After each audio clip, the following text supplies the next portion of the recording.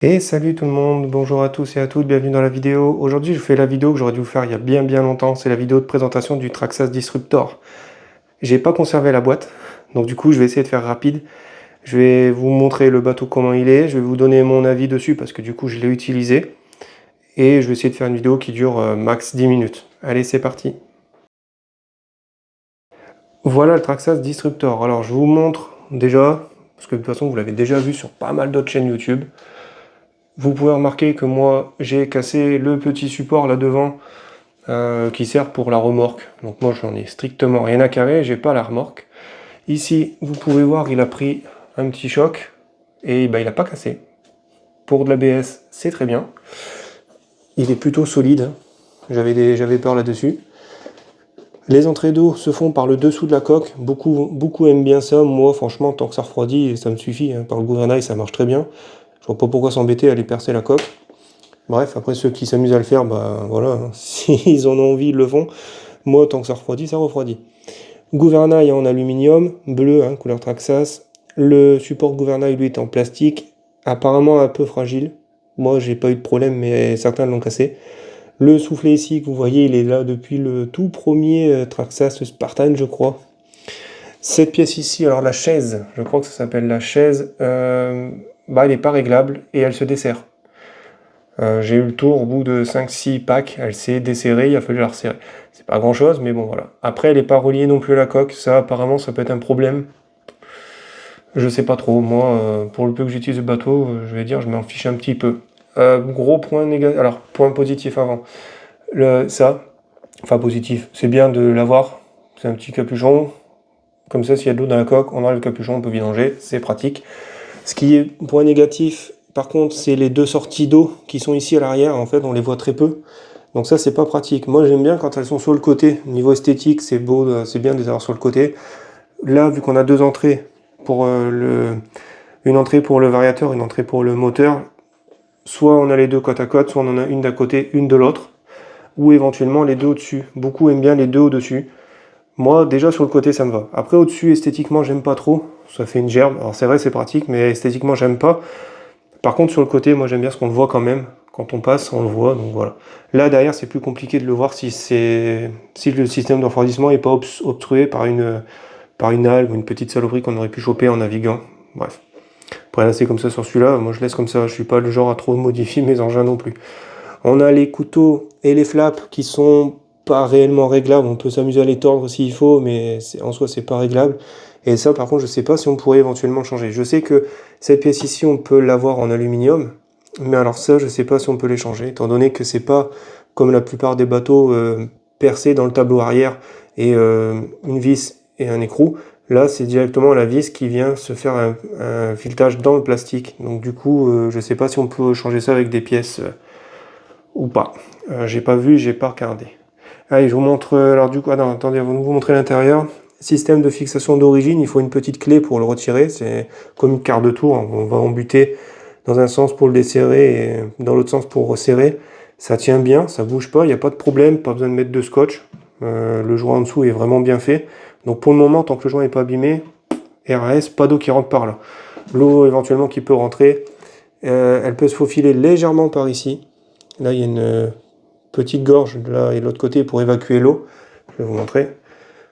Voilà, donc l'eau qui peut rentrer, elle peut s'évacuer par ici. Donc là, éventuellement, elle peut aussi un petit peu rentrer. Et après, quand le bateau est retourné, l'eau rentre par justement ces pièces ici, parce qu'il n'y a pas de joint à ce niveau-là. Donc l'eau rentre par là, et ensuite, comme là, il y a un trou, elle peut rentrer par là. Mais sinon, quasiment pas d'eau, le joint est assez gros.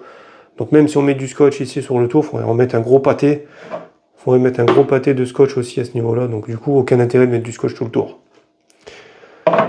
L'intérieur. Le nouveau variateur, le nouveau, il y a quelques mois maintenant, mais donc VXL 4S, je crois que c'est le même qui est monté, à part le système de refroidissement qui lui change du coup, mais c'est le même qui est monté sur le Traxxas Jato, je crois. Alors, j'ai parlé avec Cédric, pour lui, le variateur est placé du mauvais côté. Ok, c'est possible, mais en tout cas là, il est de ce côté-là, ça fonctionne très bien. Moteur à cage tournante. Ça, c'est plutôt bien aussi. Alors, ça fait du bruit parce que j'ai desserré le truc ici, donc il vient en buter. Hein. Pas s'inquiéter de ce bruit On dirait que c'est un roulement, mais c'est pas un roulement, c'est juste l'écrou là qui vient frotter là parce que je l'ai pas resserré à fond. Moi j'ai changé la prise TRX d'origine. Petit regret, c'est que le câble est très court, donc ça c'est un peu chiant pour souder. J'ai démonté lui pour souder, c'était plus pratique. J'ai mis ma prise habituelle. Ici le bac lipo, franchement il est plutôt assez conséquent, donc on arrive à glisser des lipos assez grandes. Moi je mets pas les 7000 parce que je les trouve lourdes, donc, mais du coup je mets mes 5002 et mes 5003 rentrent sans difficulté dedans. J'ai changé les sangles pour des un peu plus longues parce que d'origine elles sont trop courtes et pas pratique du coup à utiliser. L'arbre d'hélice je vous le montre vu que là il est démonté, on en profite. L'hélice j'ai déjà cassé, j'en ai cassé une. Là j'ai mis la deuxième qui livrait avec. J'ai regardé sur AliExpress, j'en ai trouvé en aluminium, je vais les remplacer par des hélices en alu. Donc là c'est une hélice de je crois 42 en pas de 1,9. C'est énorme, apparemment 1,9, on me conseille de mettre du 1,6. Je vais commander les deux. L'arbre semi-rigide à ce niveau-là, et ensuite c'est un flex. J'ai l'impression qu'il est légèrement rouillé d'ailleurs, alors que pourtant je l'ai plutôt bien entretenu.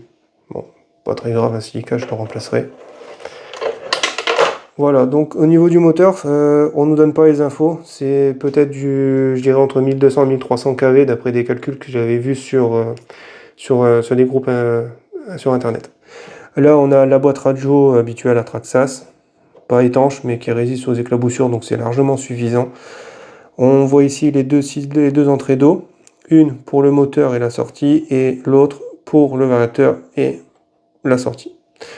Voilà, alors la raison pour laquelle je pense que le variateur il est de ce côté-là, c'est pour le système de retournement. Étant donné qu'on met un coup de marche arrière pour retourner le bateau quand il est hors de l'eau, enfin quand il est retourné, en fait, l'arbre d'hélice n'est pas dans l'eau. Donc si on met un coup de marche arrière, théoriquement, ça ne devrait pas poser de problème au flex. En tout cas, je l'ai fait déjà, je veux dire, une dizaine de fois, peut-être un peu moins que ça, mais on va dire une dizaine de fois. Et pour l'instant, j'ai pas de problème au niveau du flex, il n'est pas abîmé. Hein, donc s'ils l'ont fait, c'est que ça fonctionne, même si on n'est pas censé aller en marche arrière avec un flex. Tant on est dans l'eau, oui, mais là, on a vu qu'il est retourné, l'hélice n'est plus dans l'eau en fait, donc c'est le fait du mouvement du moteur en fait qui fait que le bateau puisse se retourner, tout simplement. Voilà. Donc voilà, c'est tout ce que j'avais à dire sur ce bateau-là. Niveau vitesse, je ne l'ai pas contrôlé, mais il nous annonce pour 65 km/h, et je pense qu'on y est. Niveau comportement, moi je le trouve pas très stable. Sincèrement, il est beau à voir, mais il n'est pas très stable. Dès que s'il y a un peu trop de monde qui navigue, il y a un peu de clapot dans l'eau, ben lui ça devient quasi impossible d'aller à fond avec. Et même quand c'est calme, qu'il n'y a personne qui navigue et que le lac c'est une mer d'huile, eh ben d'un coup, s'il suffit qu'il y ait un petit truc, eh ben boum, il part complètement à gauche ou à droite dans un saut. Et en fait, c'est ce qui s'est passé. Pour ça, en fait, il a tapé le ponton parce que le truc, j'étais à un bon 2,50 m, 3 mètres du ponton. J'accélère et d'un coup, boum, il a pris un petit saut et il s'est décalé, il a tapé le bord du ponton et il est passé par-dessus, il a atterri dans l'eau de l'autre côté. Donc là, je pensais qu'il était cassé. Hein. Sincèrement, je pensais que la coque elle allait être fissurée et non, il a absolument rien. À part une toute petite éraflure là. Mais sinon, c'est vrai qu'il est rigolo à piloter, mais après, par contre, ouais, voilà, c'est du loisir. C'est pas très cher, c'est performant, mais ça reste un véhicule de loisir. Voilà. Allez, je vous reprends de ce côté-ci pour finir la vidéo. Moi, là, je vais me préparer pour aller au boulot, et puis demain, je vous ferai la vidéo de présentation du Dualsway de ma femme, le Rocket V2, là, le rose. Je vous ferai un peu court, hein, comme celle-ci, une dizaine de minutes. Voilà. Allez, ciao!